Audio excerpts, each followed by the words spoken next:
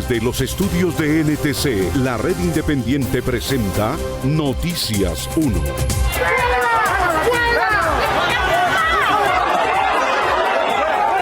Esta es la imagen del día, la reacción de los sobrevivientes de Paiporta, Valencia, a la visita de los Reyes, el presidente de España y el de la Generalitat a la zona del desastre del martes pasado, que hoy cuenta a 217 víctimas fatales. Los vecinos, indignados, atacaron con bolas de barro a los monarcas y políticos, reclamándoles por la desatención a la tragedia y por la tardanza en los avisos de evacuación. De esta historia hablaremos hoy. Aquí a pie.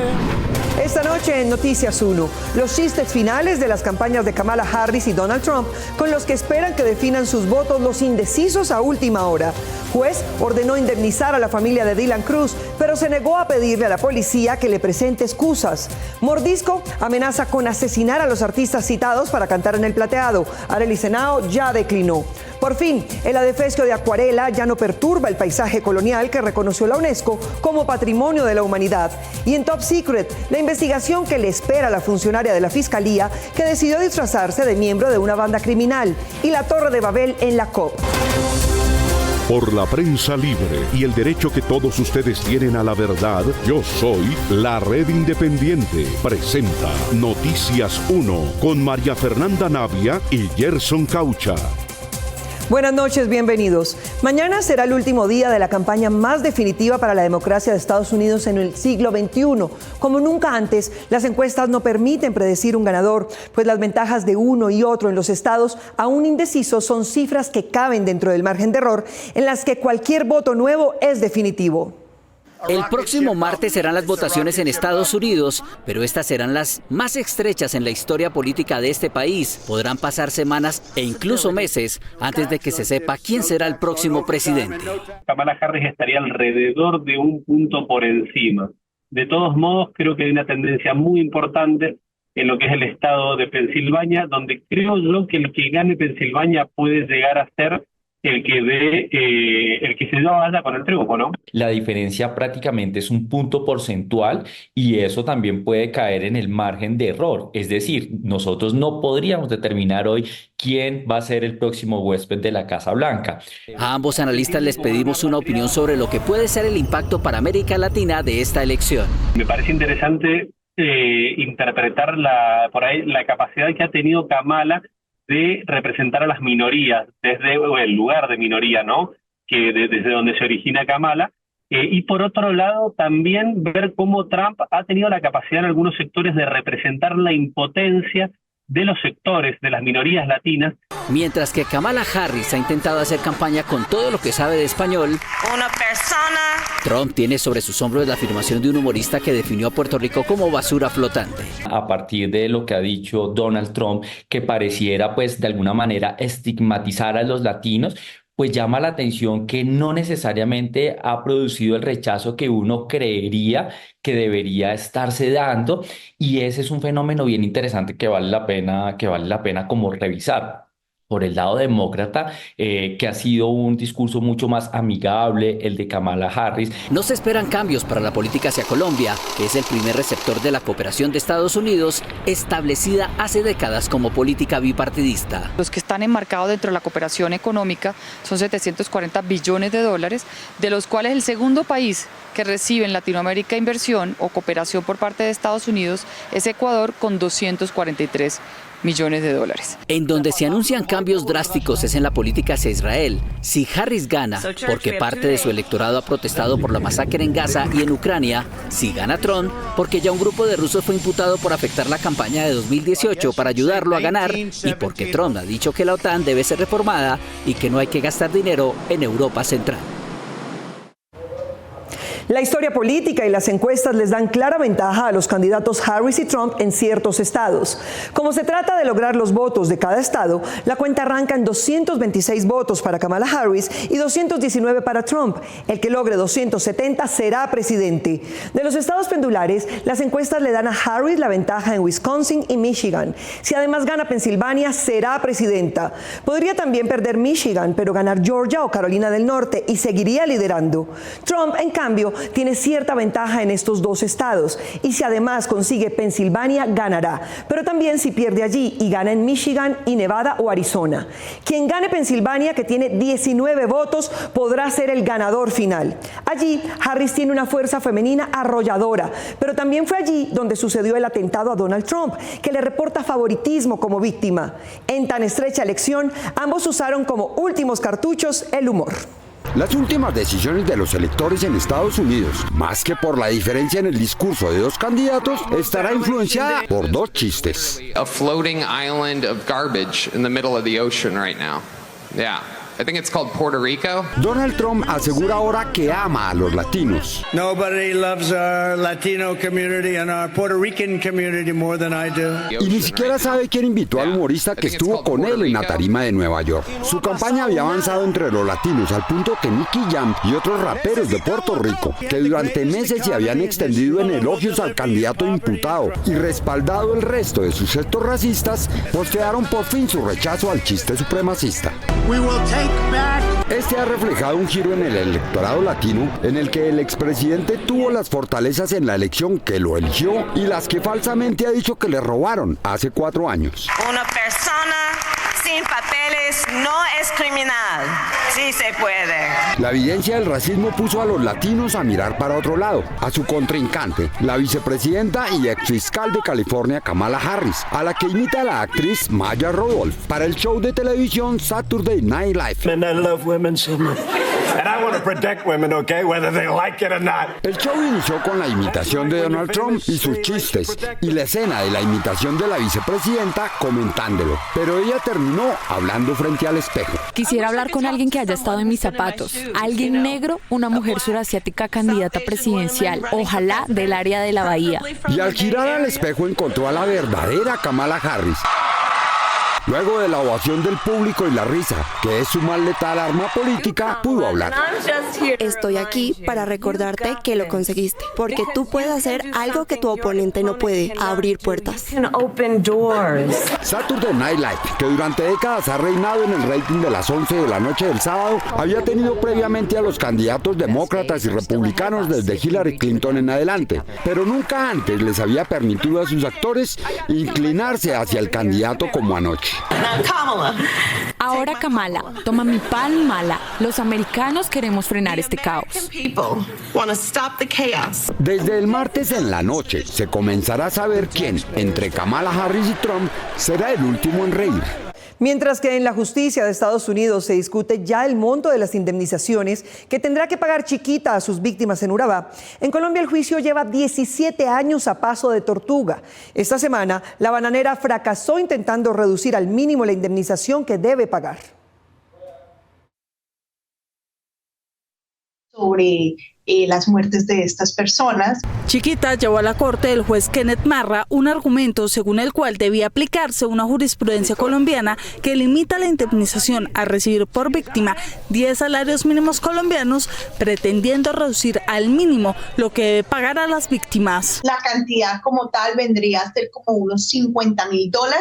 Cuando estamos hablando de que un jurado le pudo dar nada más 8 familias recibieron un veredicto de $38.3 millones, pero según Chiquita la vida de un colombiano solamente no vale más de $50,000. Más de 7,000 familias víctimas de la alianza entre Chiquita y la SAUCE no han tenido su día en la corte, según la abogada. Sin embargo, el proceso aún es demorado. Tienen que demostrar que su familiar sí fue asesinado por las AUC y van a tener que demostrar de alguna manera en que si fueron asesinados por esos bloques específicos que fueron financiados por Chiquita. En Estados Unidos, Chiquita Brands aseguró que no debían indemnizar a las familias colombianas porque ellos fueron víctimas de extorsiones y vacunas de la SAUCE. Chiquita realmente estaba en una operación de negocios para proteger sus intereses. Donaron dinero por medio de estos convivir y Chiquita sabía eso y ellos se metieron con un negocio con el diablo. Aunque Chiquita contó con los testimonios de los exgenerales Yesid Sánchez y Gustavo Rincón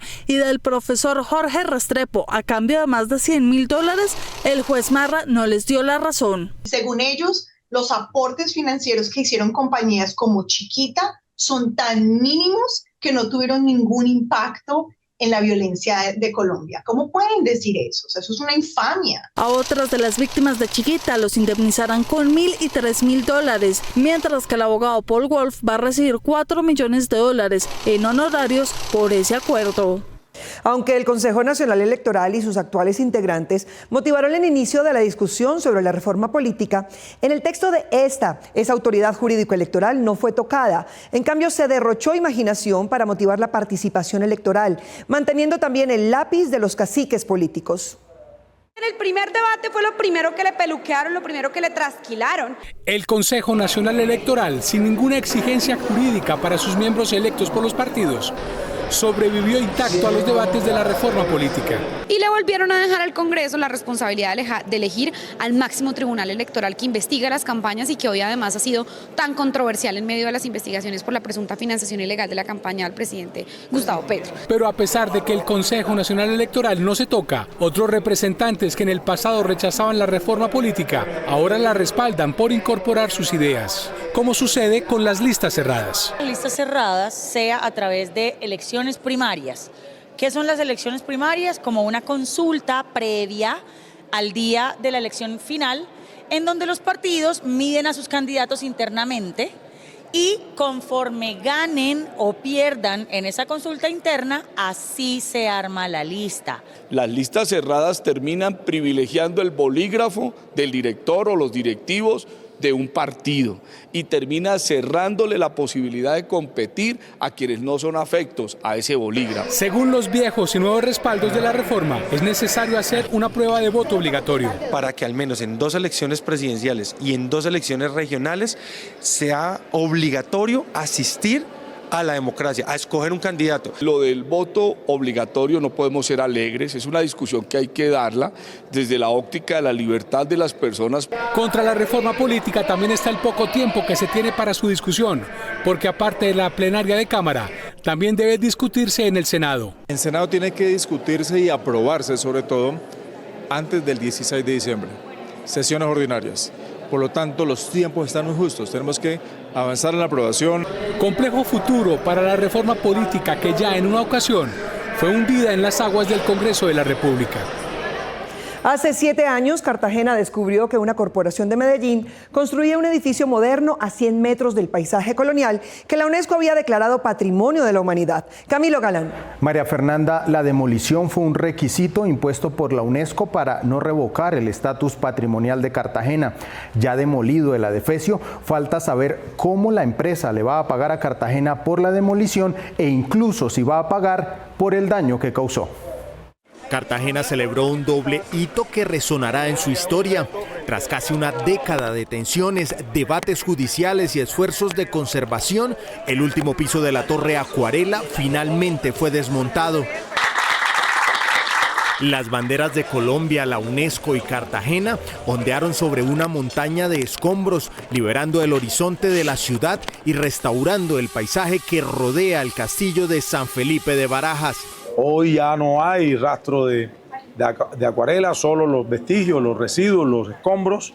Curiosamente, la desaparición de esta estructura de acero y hormigón coincidió con el 40º aniversario de la declaración de Cartagena como Patrimonio Histórico y Cultural de la Humanidad por la UNESCO en 1984, estatus que por poco pierde cuando se alcanzaron a levantar 25 pisos del adefesio posmodernista a una cuadra del castillo de San Felipe.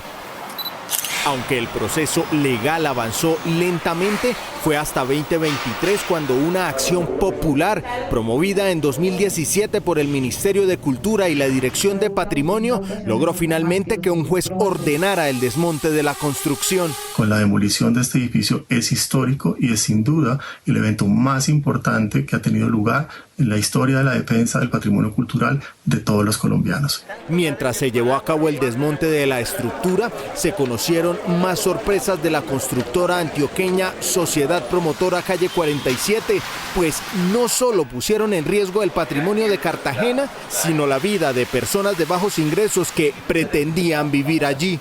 La falencia de los materiales utilizados en el proceso constructivo, es decir, ahí no había solamente una amenaza al patrimonio, ahí había una amenaza a las vidas. El alcalde aseguró que muy pronto las familias que invirtieron sus ahorros en este proyecto de vivienda podrán recuperar sus recursos.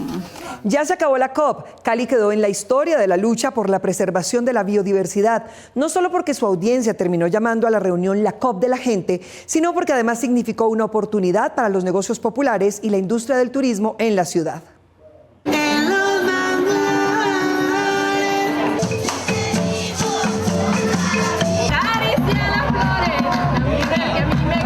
La COP16 en Cali, la cumbre más importante de biodiversidad y cambio climático, también fue durante 2 semanas un espacio colorido y concurrido. ¡Que se escuche fuerte el aplauso, Cali! Y como muchos la bautizaron, fue la COP de la gente.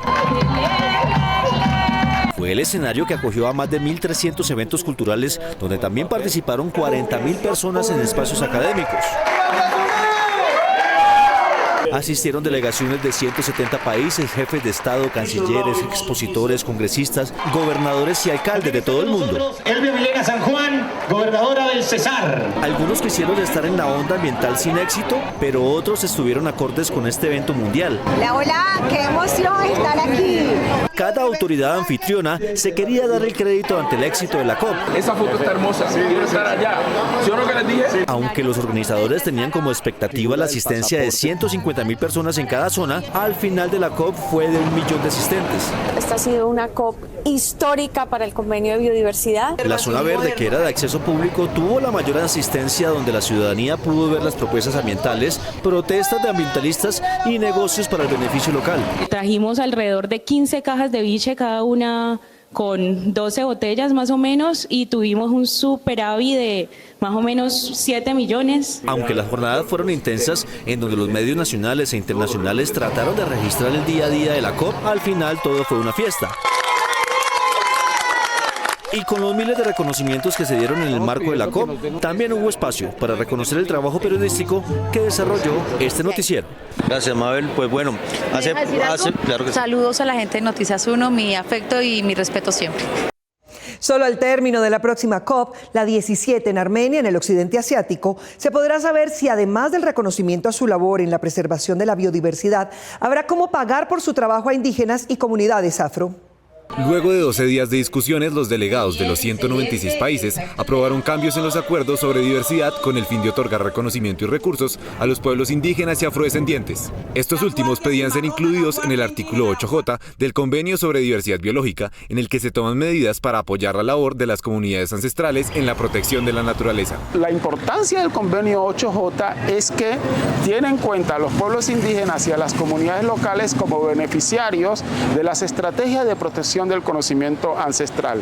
Los afrodescendientes, como somos un pueblo ancestral que también tiene conocimientos y saberes ancestrales, queremos que seamos reconocidos en el Convenio de la Diversidad Biológica. Finalmente, se logró la inclusión de los afros en el convenio y en el marco global Coming Montreal. También se modificó el mismo artículo para que los pueblos indígenas se convirtieran en grupo de trabajo permanente en las negociaciones de la COP. Estamos pidiendo que de los fondos de inversión que se desarrollan para el cuidado de la naturaleza y los territorios, pues también se puedan ejecutar directamente con los pueblos indígenas. Se espera que en la COP17, que se realizará en 2026 en Armenia, país ubicado entre Europa y Asia, se logren acuerdos para definir la financiación para cumplir las metas de los acuerdos con las comunidades. Colombia en el ranking mundial del imperio de la ley, lo que indican los indicadores.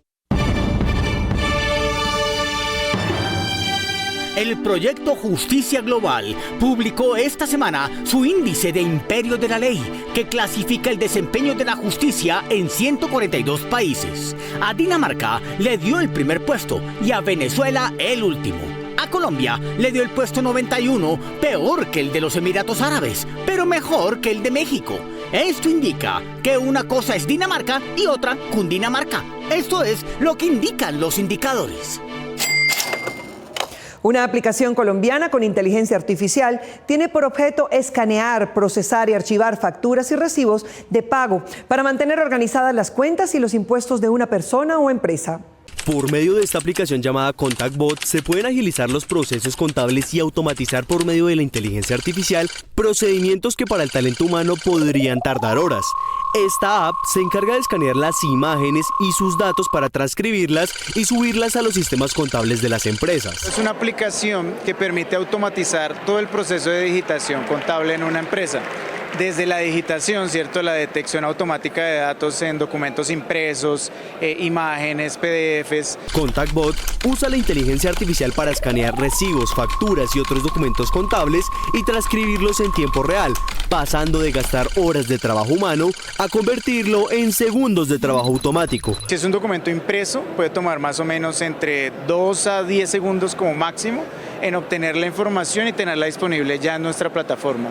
El proceso de causación hacia la plataforma contable del cliente puede tomar otros 5 a 10 segundos. Este sistema, que usa la inteligencia artificial para automatizar procesos, tiene una efectividad del 95% y aunque acelera procesos que normalmente realiza un auxiliar contable, no reemplazaría al humano, sino que sería una herramienta para agilizar y perfeccionar procesos contables. La lógica del ahorro funciona con billones de dólares o con miles de pesos, y esta dice que con cualquier monto se puede armar una estrategia de ahorro, en nuestro caso incluso con un salario mínimo. Ahorrar cuando se gana un salario mínimo parece imposible. Sin embargo, muchos expertos en finanzas personales coinciden en que sí es posible realizar un ahorro independientemente del monto del salario mensual que usted devengue. Entre los consejos para lograr un mejor ahorro están tener los ingresos y gastos organizados, proponerse metas de ahorro mensuales o semestrales y ser disciplinados para cumplirla. Revise su presupuesto y vea su progreso cada mes. Esto no solo le ayudará a apegarse a su plan personal de ahorros, sino también a identificar y corregir rápidamente cualquier problema. Rodéese de ahorradores, el entorno importa y mucho. Rodéese de personas que comparten su filosofía y estilo de vida. Será más fácil conseguir sus propósitos. Y por último, planifique las comidas y los gastos extra por fuera del hogar. Gracias por continuar con nosotros. Lo vieron ustedes en la imagen del día. La indignación le pudo a los habitantes de Paiporta, Valencia, y le arrojaron al rey, a la reina y al presidente de España montones del barro que sepultó a 217 de sus vecinos, allegados y amigos, reclamando porque en un país como España no debió ocurrir una tragedia como la del martes pasado.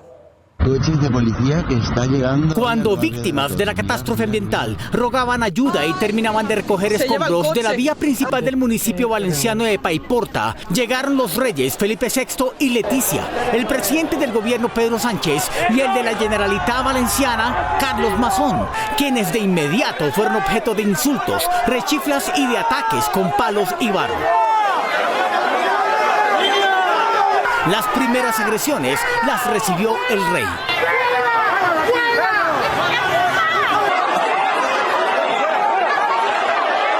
En su marcha, el monarca fue rodeado por su esquema de seguridad, que con sombrillas detuvo la lluvia de piedras y masas de barro que le lanzaron. ¡A ti no te falta agua! ¡No tenemos de nada! ¡Y el presidente del gobierno un perro! La reina Leticia también fue objeto de insultos. Uno de sus guardaespaldas recibió en la frente una de las piedras que les lanzaron. La tensión de los damnificados y los destrozos en todas las calles de la pequeña población de Paiporta conmovieron a la reina Leticia.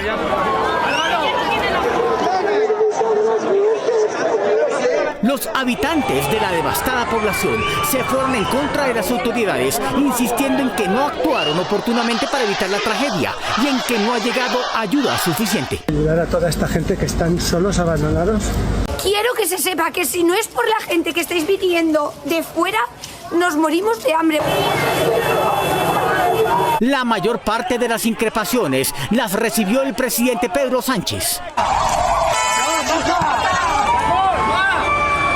El vehículo del presidente fue atacado hasta obligarlos a abandonar la localidad. No nos vamos a desviar, pese a lo que pueda suceder con algunos violentos absolutamente marginales. Ante la reacción de los sobrevivientes en Paiporta, el rey manifestó su comprensión. Hay que entender el enfado y la frustración de muchas personas por lo mal que lo han pasado. Hoy, los rescatistas encontraron 3 cuerpos en la localidad de Pedralba. Hasta el momento, las autoridades confirman que son 217 las víctimas fatales del torrencial aguacero del martes. A pesar de que la polarización y la banalidad sea lo más visible de las redes sociales, la búsqueda de productos y marcas son las que más mantienen las actividades en estas. De ahí que sean tan importantes para los emprendedores. El 26% de los usuarios de redes sociales reconocen que su principal motivo para utilizarlas es buscar productos y marcas. Así lo revela el más reciente informe global del mundo digital. A partir de esta información, expertos recomiendan que los emprendedores usen las redes sociales para aumentar sus ventas y su visibilidad. Hay que seguir unos pasos para que a nivel digital te conozcan. El primero es visibilidad, que la gente sepa quién eres. 2, reconocimiento, es decir, en qué eres bueno. 3, empiecen a distinguirse. Y 4, si hablamos de posicionamiento. Se sugiere identificar la red social más útil para ofrecer productos y servicios y ya en ella usarla para tener contacto personalizado con los clientes. Mi recomendación para los emprendimientos es sean conscientes que quieren comunicar, que quieren decir y miren muy bien qué plataforma es la más acorde a partir del sector económico al que pertenece. De acuerdo con el informe de Mundo Digital, cada día los colombianos pasan cerca de 3 horas y media conectados a redes sociales. YouTube y Facebook son las más visitadas. Elenita, la fiscal de Santo Domingo, la rectificación de un concejal de Medellín y la Torre de Babel en la COP y el gobierno. Llegó el momento de Top Secret, la vida secreta de los famosos. La Fiscalía General remitió al Consejo de Disciplina Judicial el video del arresto de la doctora Marta Lilian Calderón mientras cabalgaba en Santo Domingo, Antioquia, vistiendo prendas militares y un brazalete de la exguerrilla ELN. No, señora, hágame el favor, doña Marta, por segunda vez. Hágame el favor y se quita esos emblemas. Sí, me lo voy a quitar porque ya me voy a bajar del caballo, ya me voy a bajar. Bájese del caballo y nos acompaña a la estación, por favor. Yo no voy a ir a la estación. La señora Calderón es abogada y asistente del fiscal de Santo Domingo, pero aún así fue arrestada. Ya que estaba portando uniforme privativo de las fuerzas militares y también unos brazaletes y una pañoleta alusiva a un grupo armado ilegal. Como funcionaria, le corresponde conocer el Código Penal, en cuyo artículo 346 se define como delito la utilización indebida de uniforme, traje e insignias, para el que se establece una pena entre 48 y 108 meses de prisión. Yo simplemente hice unos señalamientos, bajo los cuales no tengo ninguna pruebas. Con estas palabras inició su segunda rectificación el concejal de Medellín, Andrés Felipe Rodríguez, luego de que el tuitero John Jairo Restrepo consiguiera a su favor una sentencia de tutela, a la que este respondió con un trino, explicando que no le consta nada de lo que dijo. Yo no tengo la prueba de que él es de la Yuna Marquetalia, que ayudó a la ELN, o que es parte de las FARC, yo no tengo las pruebas. Rodríguez decía tener fotografías de Restrepo dando instrucción a miembros de la primera línea, de las FARC y del ELN, pero no las presentó ante el juez de tutela. La COP16 fue toda una torre de Babel. Allí confluían por lo menos 40 idiomas y sus entonaciones. Por eso, el secretario de las Naciones Unidas terminó saludando al presidente Pedro. Presidente Pedro. Una niña de 9 años fue la encargada de ripostar por el lapsus frente al secretario Guterres. La primera cabeza de Naciones Unidas, Antonio Gutiérrez. Antonio Gutiérrez. Gutiérrez. Gutiérrez. A la ministra de Justicia, que no pasó por la COP, se le pegó el mal, pero tuvo tiempo de corregirlo. Doctor Luis Carlos Galán, al presidente. Ya, a estas alturas ya. Usted me acepta, ¿cierto, doctor Galán?